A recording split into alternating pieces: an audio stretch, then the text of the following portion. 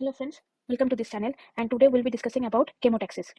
Chemotaxis एक mode होता है जिससे बैक्टीरिया मूव कर सकता है, ठीक है. So it's a mode of bacterial motility. Chemotaxis taxis taxis का मतलब हमेशा ही मूवमेंट होता है और केमो का मीन्स है केमिकल. मतलब कि दो तरह के केमिकल्स होते हैं. बैक्टीरियल मोटिलिटी जो है और या फिर बैक्टीरियल मूवमेंट जो है वो हमेशा केमिकल के ऊपर डिपेंड करेगा. तो ये कौन से केमिकल्स हो सकते हैं? एक तो हो सकते हैं अट्रैक्टेंट्स जैसे कि न्यूट्रिएंट, और दूसरा हो सकता है रिपेलेंट. रिपेलेंट जैसे कि मान लीजिए कोई टॉक्सिक सब्सटेंस हो गया या फिर कोई वेस्ट प्रोडक्ट हो गया या फिर एंटी माइक्रोबियल कोई ड्रग हो गया, ये सब है रिपेलेंट. तो बैक्टीरिया मूव किस तरफ करती है? ये हमेशा टुवर्ड्स अट्रैक्टेंट. ये हो गए दो केमिकल. और बैक्टीरिया मूव किस तरफ करेगा? हमेशा towards attractant and far from repellents. ठीक है, ये तो काफी जनरल सी चीज हो गई कि हमेशा अट्रैक्टेंट या बैक्टीरिया को जहां भी दिखेगा कि न्यूट्रिएंट है वो उसी की तरफ जाएगा, और जहां भी देखेगा कि कोई रिपेलेंट है, वेस्ट प्रोडक्ट है, बैक्टीरिया के लिए खतरनाक ऐसी कोई चीज है, तो वो उससे दूर जाएगा. ठीक है. अब केमोटैक्सिस जो है इसमें दो चीजें बहुत इंपॉर्टेंट होते हैं. एक तो होता है रन, यहाँ पे मैं दिखा रही हूँ. एक होता है रन और एक होता है टंबल. ठीक है. रन जो होता है, और बैक्टीरिया हमेशा थ्रू किसके थ्रू ये केमोटैक्सिस करता है? बैक्टीरिया करता है फ्लैजेला के थ्रू. ठीक है, फ्लैजेला के थ्रू हमेशा ये केमोटैक्सिस करता है. तो रन जो होता है, तो रन में रन इसका किसी भी बैक्टीरिया जिसमें केमोटैक्सिस होता है उसका डिफॉल्ट मूवमेंट हमेशा रन होता है. ठीक है. और रन में क्या होता है? डायरेक्शन चेंज नहीं होता, ये हमेशा वन डायरेक्शन में चलता रहता है. जैसे कि मान लीजिए ये, ठीक है, इसका स्ट्रेट लाइन, ये यहाँ से मान लीजिए यहाँ तक जा रहा है तो ये रन हो गया, फिर यहाँ से यहाँ तक जा रहा है तो रन हो गया. तो आप देख सकते हैं यहाँ से यहाँ तक जा रहा है, इसमें कोई डायरेक्शन चेंज नहीं हो रहा है, ये सिंपल स्ट्रेट लाइन हो रहा है. यहाँ से यहाँ तक जा रहा है तो इसमें कोई डायरेक्शन चेंज नहीं हो रहा है, ये जस्ट एक सिंपल लाइन में जा रहा है. और यहाँ पे जो फ्लैजेला का मूवमेंट होता है वो होता है काउंटर क्लॉकवाइज. काउंटर क्लॉकवाइज इसको हमें कभी कभी हम लोग सीसीडब्ल्यू भी बोलते हैं. ठीक है. तो ये काउंटर क्लॉकवाइज मूवमेंट होता है. और टंबल, जैसे कि मान लीजिए कि एक बैक्टीरिया यहाँ पे है, ये यहाँ पे एक बैक्टीरिया है और यहाँ पे इसका कोई अट्रैक्टेंट है. ठीक है. तो वो, और बैक्टीरिया जा रहा था इस साइड पे जा रहा था बैक्टीरिया. ठीक है. जाते जाते उसको अचानक से ख्याल आया, अरे अट्रैक्टेंट तो इस साइड पे है. या फिर वो मान लीजिए कि यहाँ तक ये बैक्टीरिया पहुंच चुका है, यहाँ से जाते जाते अचानक से उसको ये महसूस हुआ बैक्टीरिया को कि अट्रैक्टेंट तो इस साइड पे है. अब उसको तो ये डायरेक्शन चेंज करना पड़ेगा. रन में तो वो डायरेक्शन चेंज नहीं कर सकता क्योंकि ये हमेशा वन डायरेक्शन में होता है. तो तब उसको करना पड़ेगा टंबल. तो टंबल में क्या होता है? टंबल में हमेशा इट कैन चेंज डायरेक्शन. तो डायरेक्शन चेंज करने के लिए ही ये टंबल आता है. और टंबल में क्या होता है? क्लॉकवाइज मूवमेंट होता है. फ्लैजेला का जो मूवमेंट होता है वो क्लॉकवाइज मूवमेंट होता है. इसको हम सीडब्ल्यू मूवमेंट कहते हैं. तो टंबल यहाँ पे मैं एक दूसरे कलर से दिखाता हूँ. जैसे कि ये हो गया टंबल. तो इसमें क्या हुआ? जस्ट डायरेक्शन चेंज किया और उसके बाद फिर से रन होने लगा. ठीक है. तो दो रन के बीच में जब डायरेक्शन चेंज होगा तो वो टंबल होगा. ये भी रन है और ये भी रन है. ठीक है. होप ये क्लियर है. अच्छा, तो और एक चीज जो इम्पोर्टेंट है यहाँ पे बताना कि एट्रैक्टेंट मतलब रन हमेशा लॉन्ग ही होता है. जैसे कि आप देख सकते हैं रन हमेशा लॉन्ग होता है. ठीक है. और टंबल हमेशा ही शॉर्ट होता है. शॉर्ट होता है. शॉर्ट मतलब कितना short? 10 second. After every 10 second, मान लीजिए एक बैक्टीरिया ने एक टंबल स्टार्ट भी किया लेकिन 10 सेकंड के बाद फिर से उसका रन मोड ही आ जाएगा. ठीक है. तो टंबल जो है वो बस 10 सेकंड के लिए होता है और उसके बाद ये फिर से रन लेगा. तो ऐसे ही होता है बैक्टीरिया का मूवमेंट. अब रन लॉन्ग है और टंबल शॉर्ट है, ये तो हमेशा ही पॉसिबल है, हमेशा यही होता है, यही सत्य है. लेकिन ये जाता है टुवर्ड्स अट्रैक्टेंट, जो कि मैंने पहले भी कहा है, अट्रैक्टेंट की तरफ जाता है, टुवर्ड्स अट्रैक्टेंट और अवे फ्रॉम रिपेलेंट. तो यहाँ पे आके अट्रैक्टेंट और रिपेलेंट ऑपोजिट चीजें शो करती है. रन हमेशा ही लॉन्ग होता है, ये हमेशा याद रखिए. रन हमेशा लॉन्ग होगा, टंबल हमेशा ही शॉर्ट होता है. लेकिन बैक्टीरिया का जो ओवरऑल मूवमेंट होता है वो हमेशा अट्रैक्टेंट की तरफ होता है. उसमें भी लॉन्ग रन और शॉर्ट टंबल होता है. और जब वो रिपेलेंट से दूर जाता है तभी भी उसका लॉन्ग रन और शॉर्ट टंबल होता है. ठीक है. तो यहाँ तक मुझे लगता है कि क्लियर है. अब एक दूसरा बहुत इंपॉर्टेंट चीज जो है वो याद रखना पड़ेगा कि केमोटैक्सिस जो है बैक्टीरिया का, जैसे कि यूकेरियोट्स में हम लोग बोलते हैं सेल सिग्नलिंग सिस्टम, वो बहुत कॉम्प्लिकेटेड होता है. बैक्टीरिया का भी बहुत आसान तो नहीं होता, लेकिन बैक्टीरिया का थोड़ा क्या है कि उतने सारे ज्यादा प्रोटीन नहीं रहते यूकेरियोट्स की तरह, मतलब हायर ऑर्डर यूकेरियोट्स की तरह. तो इसमें थोड़ा सा सिंप्लिसिटी रहता है कि उतना डाइवर्सिटी नहीं रहता. ठीक है. मेन जो इंपॉर्टेंट चीज होता है बैक्टीरिया के या फिर प्रोकैरियोट्स के सेल सिग्नलिंग में, वो होता है टीसीएस, या फिर जिसको हम बोलते हैं two component system. Two component system. ठीक है. तो टू कंपोनेंट सिस्टम में दो कंपोनेंट्स रहते हैं. एक होता है sensory kinase. Sensory kinase, kinase मतलब ये आइदर तो फॉस्फोरिलेट कर सकता है और डिफॉस्फोरिलेट भी कर सकता है. और सेंसरी मतलब ये हमेशा सेंस करेगा. और एक होता है रेस्पॉन्स रेगुलेटर. रेस्पॉन्स रेगुलेटर का मतलब ये जो सेंसरी काइनेज ने सेंस किया, फिर ये इसको टू कंपोनेंट सिस्टम के दूसरा कंपोनेंट मतलब रेस्पॉन्स रेगुलेटर को देगा, तो इससे रेस्पॉन्स आएगा. ये देता है रेस्पॉन्स और ये करता है सेंस. ठीक है. तो ये जो केमोटैक्सिस है, केमोटैक्सिस भी एक 2 कंपोनेंट सिस्टम ही है, ये भी एक 2 कंपोनेंट सिस्टम ही है।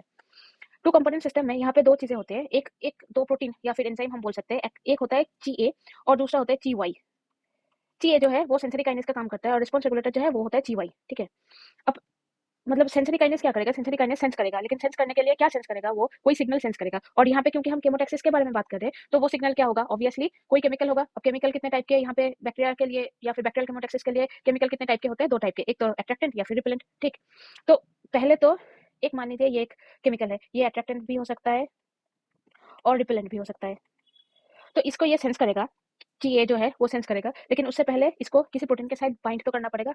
तो ये एक स्पेसिफिक प्रोटीन के साथ बाइंड करता है, मतलब डिफरेंट डिफरेंट टाइप के अट्रैक्टेंट या रिपेलेंट के लिए डिफरेंट टाइप के बाइंडर रिसेप्टर होते हैं। तो रिसेप्टर होते हैं and they are very specific specific to chemical. ठीक है। एक बहुत जनरली स्टडीड जो रिसेप्टर है वो है मिथाइल केमिकल बाइंडिंग प्रोटीन, जिसको हम शॉर्ट में एमसीपी भी कहते हैं। ठीक है, तो मान लीजिए ये यहाँ पे मैं एक बहुत ही रफ ड्रॉ कर लेती हूँ। यहाँ पे मान लीजिए ये एक रिसेप्टर आ गया, इसे हम कहेंगे एमसीपी। ठीक है, इस एमसीपी के साथ ये है पेरिप्लाज्म और ये है साइटोसोल। आई थिंक आप लोगों को पेरिप्लाज्म और साइटोसोल के बारे में पता होगा। अगर पता नहीं है तो मैं बता देती हूँ। सपोज मान लीजिए कि ये बैक्टीरिया है, ठीक है, तो बैक्टीरिया का ये है प्लाज्मा मेम्ब्रेन और प्लाज्मा मेम्ब्रेन के ऊपर होता है बैक्टीरिया का सेल वॉल। सही है, सेल वॉल। और प्लाज्मा मेम्ब्रेन और सेल वॉल के बीच में जो स्पेस होता है उसको हम कहते हैं पेरिप्लाज्मिक स्पेस। ठीक है। इतना आप याद रखिए कि सेल वॉल और प्लाज्मा मेम्ब्रेन के बीच में ये पेरिप्लाज्मिक स्पेस रहता है। बाकी दूसरे वीडियोस में इस सब के बारे में डिटेल में बात करेंगे। तो हाँ, जो मैं कह रही थी, तो ये है बैक्टीरिया का प्लाज्मा मेम्ब्रेन। तो बाहर तो है पेरिप्लाज्म और अंदर की तरफ है साइटोसोल और ये है हमारा एमसीपी। ठीक है, नीचे और 2 प्रोटीन रहते हैं। एक रहता है ची। इसका वैसा इंपॉर्टेंट काम नहीं है, मतलब बहुत ज़्यादा इंपॉर्टेंट नहीं है, लेकिन इंपॉर्टेंट है। क्यों? क्योंकि ची एमसीपी के साथ बाइंड करके रहता है और ये हेल्प करता है ची को, जो कि हमारा सेंसरी काइनेस है, उसको एमसीपी के साथ बाइंड करने में। ठीक है, तो ची जो है वो है हमारा सेंसरी काइनेस। याद रहेगा ये। ची बाइंड हुआ रहता है, ची remain associated with MCP and help ची टू बाइंड विद एमसीपी। ठीक है। और कभी भी मान लीजिए यहाँ पे कोई रिपेलेंट आ गया या फिर कोई अट्रैक्टेंट आ गया या फिर कुछ भी, मतलब यहाँ पे केमिकल है, रिपेलेंट या फिर अट्रैक्टेंट, ये आ गया। तो यहाँ पे क्या होगा, ची जो है वो ऑटोफॉस्फोराइलेट करेगा, मतलब खुद को ही खुद फॉस्फोराइलेट करेगा। कैसे? एटीपी को एडीपी में कन्वर्ट करेगा और यहाँ पे एक फॉस्फेट ग्रुप ऐड हो जाएगा। तो ची हो गया ऑटोफॉस्फोराइलेट। अब ची से दूसरा एक प्रोटीन फॉस्फोराइलेट होगा। ये जो फॉस्फेट ग्रुप है ये ट्रांसफर होगा, ये जो फॉस्फेट ग्रुप है ये अब ट्रांसफर हो जाएगा। इसको मैं, हाँ, ये जो फॉस्फेट ग्रुप है ये अब ये ची में ट्रांसफर हो गया, ची में ट्रांसफर हो गया ये फॉस्फेट ग्रुप। अब हमारा जो ये ची है ये है हमारा रेस्पॉन्स रेगुलेटर। ठीक है, तो पहले क्या हुआ, अट्रैक्टेंट या रिपेलेंट रिसेप्टर के साथ बाइंड हुआ, रिसेप्टर के साथ बाइंड होने के बाद ची जो है वो फॉस्फोराइलेट हो गया, ऑटोफॉस्फोराइलेट हो गया। ऑटोफॉस्फोराइलेट होने के बाद इसने अपने फॉस्फेट ग्रुप को ची में ट्रांसफर कर दिया। अब ये ची थ्रू साइटोप्लाज्म फिर से मेम्ब्रेन की तरफ जाएगा और मेम्ब्रेन के इस साइड पे बहुत ही ज्यादा रफली मान लीजिए ये फ्लैजेला है। ठीक है, तो जैसे ही ये ची जो फॉस्फोरिलेटेड स्टेट में है अभी, ये फ्लैजेला की तरफ जाएगा और फ्लैजेला की जो मूवमेंट है इसको ये कन्वर्ट कर देगा। कैसे कन्वर्ट करेगा? सीसीडब्ल्यू मूवमेंट को ये सीडब्ल्यू बना देगा। सीसीडब्ल्यू मूवमेंट मतलब मैंने पहले ही कहा है, सीसीडब्ल्यू मूवमेंट मतलब रन होता है और रन बैक्टीरिया का डिफॉल्ट मूवमेंट होता है। तो ये रन से टंबल में कन्वर्ट कर देगा। सीडब्ल्यू हमने बोला है कि सीडब्ल्यू टंबल के साथ एसोसिएटेड है, तो ये सीडब्ल्यू कर देगा। सीसीडब्ल्यू मतलब काउंटर क्लॉकवाइज मूवमेंट से वो क्लॉकवाइज मूवमेंट में कन्वर्ट कर देगा, मतलब कि जो बैक्टीरिया रन कर रहा था वो भी टंबल करेगा। ठीक है, तो अपना उसका डायरेक्शन चेंज हो गया। डायरेक्शन चेंज होने के 10 सेकंड के बाद वो फिर से अपना रन स्टेट में आ जाएगा। ठीक है, तो ऐसे मतलब जो टू कंपोनेंट सिस्टम है टीसीएस, वो ऐसे काम करता है। ठीक है, ये तो हो गया आराम से, आपको समझ में आ गया होगा कि ये कैसे काम करता है। अब दूसरा क्वेश्चन है कि ये एमसीपी जो बाइंड कर रहा है अट्रैक्टेंट या रिपेलेंट के साथ, तो मैंने पहले ही कहा है कि ये हमेशा अट्रैक्टेंट की तरफ जाएगा और रिपेलेंट से ये दूर जाएगा। तो इसको तो मान लीजिए हम लोग अभी रिपेलेंट को छोड़ देते हैं, सिर्फ अट्रैक्टेंट के बारे में बात करते हैं। तो इसको तो कंसंट्रेशन हमेशा याद रखना पड़ेगा, मतलब ये अट्रैक्टेंट की तरफ जा रहा है। कैसे जा रहा है? With the gradient of attractant, मतलब कि अट्रैक्टेंट का कंसंट्रेशन बढ़ता जा रहा है जिस डायरेक्शन पे, बैक्टीरिया का मूवमेंट भी उसी डायरेक्शन पे होगा। तो इसलिए बैक्टीरिया को हमेशा याद रखना पड़ेगा कि मैं अभी इस स्टेट में हूँ, पिछले वाले स्टेट में मेरे पास अट्रैक्टेंट ज़्यादा थे या कम। आपको समझ में आ रहा होगा। मान लीजिए ये एक बैक्टीरिया है और ये बैक्टीरिया इस साइड पे जा रहा है और यहाँ पे मान लीजिए इसका अट्रैक्टेंट है, तो बैक्टीरिया को ये हमेशा कैलकुलेट करना पड़ेगा कि यहाँ पे मेरा अट्रैक्टेंट का कंसंट्रेशन जितना था, यहाँ पे मेरा अट्रैक्टेंट का कंसंट्रेशन बढ़ा कि नहीं? अगर इस साइड पे बढ़ा है तो ही ये इस साइड पे जाएगा, अगर नहीं बढ़ा है तो ये फिर से टम्बल करेगा और जिस साइड पे अट्रैक्टेंट का कंसंट्रेशन ज़्यादा है, उसी साइड पे ये मूव करेगा। तो ये वो बैक्टीरिया करता कैसे है? कैसे वो कंसंट्रेशन को डिटरमाइन करता है कि किस साइड पे अट्रैक्टेंट का कंसंट्रेशन बढ़ रहा है। तो यहाँ पे फिर से ये एमसीपी काम पे आता है, ठीक है? ये क्या था? मिथाइल केमिकल बाइंडिंग प्रोटीन, ठीक है? मतलब यहाँ पे कोई केमिकल आके बाइंड करता है, फिर ये सिग्नल तो चीए के पास जाता ही जाता है, लेकिन यहाँ पे दूसरा एक प्रोटीन रहता है जिसे हम कहते हैं चीआर। ये एक्चुअली में एंजाइम है, ये सभी चीजें चीजें सभी यहाँ पे एंजाइम ही है। तो चीआर जो होता है, चीआर क्या करता है, ये जो एमसीपी है उसको मिथाइलेट कर देता है, ठीक है?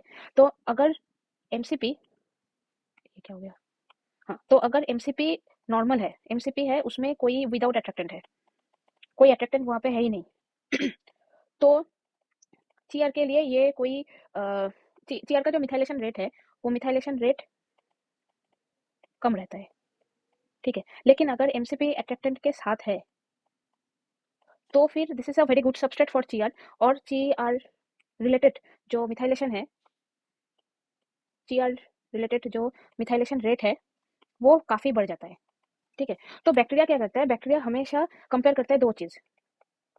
Bacteria compares the amount of attractant, ये इंपॉर्टेंट है, bound to MCP on periplasmic site with the methylation rate on cytosolic site, ठीक है? समझ में आ गया आपको? एमसीपी बैक्टीरिया क्या करता है, यहाँ पे कितने सारे अट्रैक्टेंट बाउंड हुए हैं और यहाँ से कितना CH3 मतलब कितना सारा मिथाइल ग्रुप एमसीपी के साथ ऐड हुआ है, इन दोनों को कंपेयर करता है। और कंपेयर करने के बाद ये क्या देखता है, अगर जो एमसीपी के साथ जो केमिकल बाउंड हुआ है या मतलब कि अट्रैक्टेंट, अगर अट्रैक्टेंट का कंसंट्रेशन बढ़ रहा है तो नीचे मिथाइलेशन का भी कंसंट्रेशन बढ़ता रहेगा इक्वली। तो अगर ऐसा हो रहा है तो बैक्टीरिया क्या करेगा, बैक्टीरिया हमेशा रन रेस्पॉन्स देगा, रन रेस्पॉन्स देगा। और क्या करेगा, अगर मान लीजिए कि चीए फॉस्फोराइलेटेड हुआ भी है, अगर चीए फॉस्फोराइलेटेड हुआ इस स्टेट में भी है, मान लीजिए वो टम्बल कर रहा था तभी भी चीए फॉस्फोराइलेटेड था, ऐसा भी कंडीशन है, तो यहाँ पे क्या होगा, ये डीफॉस्फोराइलेट हो जाएगा, ये डिफॉस्फोराइलेट तो हो जाएगा, प्लस यहाँ पे क्या होगा, चीए का जो ऑटोफॉस्फोरिलेशन है वो इनिबिट हो जाएगा, जो ऑटोफॉस्फोरिलेशन हो रहा था चीए का वो इनिबिट हो जाएगा, ठीक है? ये एक होगा। दूसरा क्या होगा, जो ची वाई है हमारा, जो हमारा रेस्पॉन्स रेगुलेटर है, वो तो फॉस्फोरेटेड अवस्था में था, ये तो हमारा रेस्पॉन्स रेगुलेटर था और वो फॉस्फोरेटेड स्टेट में था। तो यहाँ पे दूसरा एक प्रोटीन रहता है जो कि ची जेड प्रोटीन बोलते हैं, तो वो इसको डिफॉस्फोराइलेट कर देगा, डिफॉस्फोराइलेट कर देगा डिफॉस्फोराइलेट ची वाई। तो ची वाई यहाँ पे जाके हमारे जो CCW स्टेट था उसको CW में कन्वर्ट नहीं कर पाएगा, और जब वो कन्वर्ट नहीं कर पाएगा तब वहाँ पे हमारा रन होगा, ना कि टम्बल। तो ची वाई यहाँ पे जा ही नहीं रहा है, ची वाई फॉस्फोरिलेटेड है ही नहीं, तो ची वाई यहाँ पे जा ही नहीं रहा है, तो तब जाके यहाँ पे रन होगा, CW नहीं होगा, CCW काउंटर क्लॉकवाइज मूवमेंट होगा और रन होगा, ठीक है? इतना आपको समझ में आ चुका होगा, आई होप मैंने सारे पॉइंट्स कवर किए हैं यहाँ पे। हाँ, ठीक है। अब मान लीजिए कि बैक्टीरिया ऐसे एक साइट पे जा रहा है जहाँ पे अट्रैक्टेंट का कंसंट्रेशन नहीं बढ़ रहा है, ठीक है? मान लीजिए ये तो हमने बोल दिया कि बैक्टीरिया इस साइट पे जा रहा था, यहाँ पे अट्रैक्टेंट है, यहाँ पे अट्रैक्टेंट है, और बैक्टीरिया यहीं पे बैक्टीरिया है, और बैक्टीरिया जा रहा था इस साइड पे, तो इसका रन कंटिन्यू रहा क्योंकि इसका कंसंट्रेशन यहाँ पे ज्यादा है, तो जितना ये पास में जा रहा है उतना इसका कंसंट्रेशन भी बढ़ रहा है और प्लस इसका मिथाइलेशन रेट भी बढ़ रहा है, तो बैक्टीरिया और आगे बढ़ रहा है। लेकिन ये हो गया स्टेज वन जो हमने बात कर लिया। अब मान लीजिए कि बैक्टीरिया एक ऐसी कंडीशन में है, मान लीजिए यहाँ पे है इसका अट्रैक्टेंट, ठीक है, और बैक्टीरिया जा रहा था अपने मन में इस साइड पे ये रन ले रहा था इस साइड पे, ठीक है? अब तो अट्रैक्टेंट का कंसंट्रेशन इस साइड पे जा रहा है, तो अट्रैक्टेंट का कंसंट्रेशन तो हाई है यहाँ पे, और यहाँ पे तो अट्रैक्टेंट है ही नहीं, तो अट्रैक्टेंट का कंसंट्रेशन तो कम है यहाँ पे। अब इसको तो लेना होगा, एक डायरेक्शन चेंज करना होगा, मतलब उसको लेना होगा एक टम्बल, ठीक है? सिर्फ रन से अभी काम नहीं बनेगा, उसको लेना होगा एक टम्बल और फिर उसको फिर से एक रन लेना होगा। तो अब वो क्या करेगा, तो फिर से वही करेगा जो ये इसने पहले भी किया है, that it will compare the amount of attractant bound to MCP on periplasmic side and methylation rate on the cytosolic side. पहले क्या हो रहा था, अट्रैक्टेंट भी बढ़ रहा था, मिथाइलेशन रेट भी बढ़ रहा था, तो इसने रन ले लिया। लेकिन अभी क्या हो रहा है कि अट्रैक्टेंट जो है उसका कंसंट्रेशन तो कम है ऑन पेरिप्लाज्मिक साइड, ठीक है? लेकिन जो ये जो है एमसीपी, जो है एमसीपी मैंने पहले कहा है, सीआर रिलेटेड जो मिथाइलेशन होता है, ये मिथाइलेशन होता हमेशा है, भले ही इसका रेट कम हो और रेट ज्यादा हो। रेट कम कब होता है, जबकि जब एमसीपी के साथ अट्रैक्टेंट बाइंड नहीं रहता तो रेट कम होता है, और एमसीपी के साथ अगर अट्रैक्टेंट बाइंड रहता है तो रेट ज्यादा होता है, लेकिन होता हमेशा ही है। ठीक है, तो अट्रैक्टेंट कम है ऑन पेरिप्लाज्मिक साइड, लेकिन जितना इस साइड पे जा रहा है अट्रैक्टेंट तो और कम होता जा रहा है, लेकिन उसके हिसाब से जो साइटोसिलिक साइट में GR रिलेटेड जो मिथाइलेशन हो रहा है वो मिथाइलेशन रेट मैच नहीं कर रहा है, क्योंकि ये methylation rate this is greater, remain greater than the amount of attractant on periplasmic site. ठीक है, क्योंकि ये क्यों हो रहा है, क्योंकि ये जितना इस साइड पे जा रहा है, इसका अट्रैक्टेंट का कंसंट्रेशन और भी ज्यादा घटता जा रहा है, लेकिन इसके हिसाब से GR रिलेटेड जो मिथाइलेशन रेट है वो इसके हिसाब से थोड़ा सा ज्यादा है, याद रखिए ये जो मिथाइलेशन रेट है ये ऑब्वियसली इस केस से बहुत कम है, लेकिन अट्रैक्टेंट के कंसंट्रेशन के हिसाब से ये थोड़ा ज्यादा है। होना क्या चाहिए था, रन के लिए होना क्या चाहिए था, जितना अट्रैक्टेंट बढ़ रहा है उतना ही मिथाइलेशन बढ़ रहा है, ये होने से रन हो रहा था, लेकिन यहाँ पे क्या हो रहा है, अट्रैक्टेंट का कंसंट्रेशन कम है rather than GR related methylation. तो अब बैक्टीरिया ने जब ये सेंस कर लिया है तो बैक्टीरिया का क्या होगा, फिर से उसे डायरेक्शन चेंज करना पड़ेगा, मतलब टंबल होना पड़ेगा। टंबल के लिए वो फिर से GA को ऑटोफॉस्फोराइलेट करेगा और साथ ही साथ इसका जो GY है वो भी फॉस्फोराइलेटेड हो जाएगा और वो टंबल करेगा। साथ ही साथ GA तो मतलब GA के साथ फॉस्फोराइल ग्रुप तो रहता है, ऑटोफॉस्फोराइलेट हो गया। ये GA जैसे कि फॉस्फोराइलेट ग्रुप को GY की तरफ भेज देता है, वैसे ही और एक प्रोटीन होता है GB बोल के, उसको भी ये फॉस्फोराइलेट कर देता है और उसको भी ये एक्टिव कर देता है। तो GB जो है वो यहाँ पे रहता है GB, और उसको भी ये फॉस्फोराइलेट ये यहाँ से जो P है ये कभी कभी यहाँ पे भी आ जाता है, और वो क्या करता है, यहाँ का डीमिथाइलेशन करता है, MCP का डीमिथाइलेशन करता है। तो GB जैसे ही एक्टिव हो गया वो MCP को डीमिथाइलेट कर देता है, क्योंकि GB जो है वो एक्चुअल में होता है मिथाइल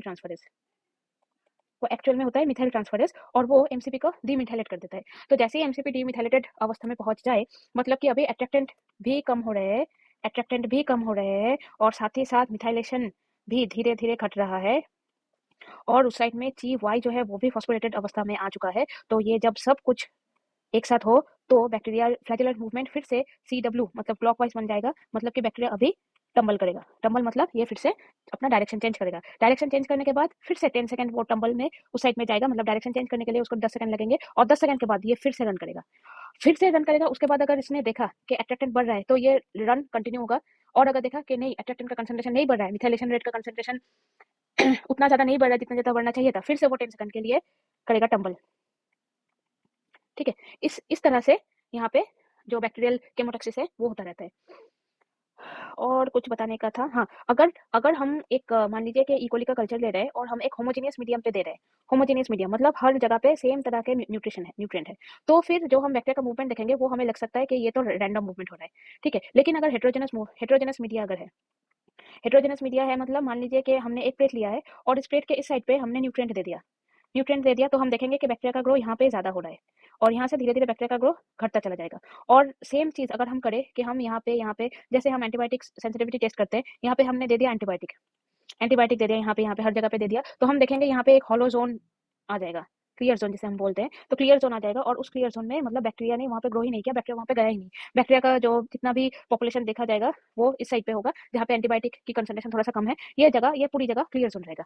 ठीक है, तो ये होता है हमारा केमोटैक्सिस। होपफुली आपको समझ में आ गया होगा कि केमोटैक्सिस क्या है, और अगर कोई क्वेश्चन है तो प्लीज़ मुझे कमेंट कीजिएगा, और मेरे चैनल को प्लीज़ सब्सक्राइब कीजिए, लाइक कीजिए, शेयर कीजिए अपने दोस्तों के साथ, एंड थैंक यू। मिलते हैं नेक्स्ट वीडियो में।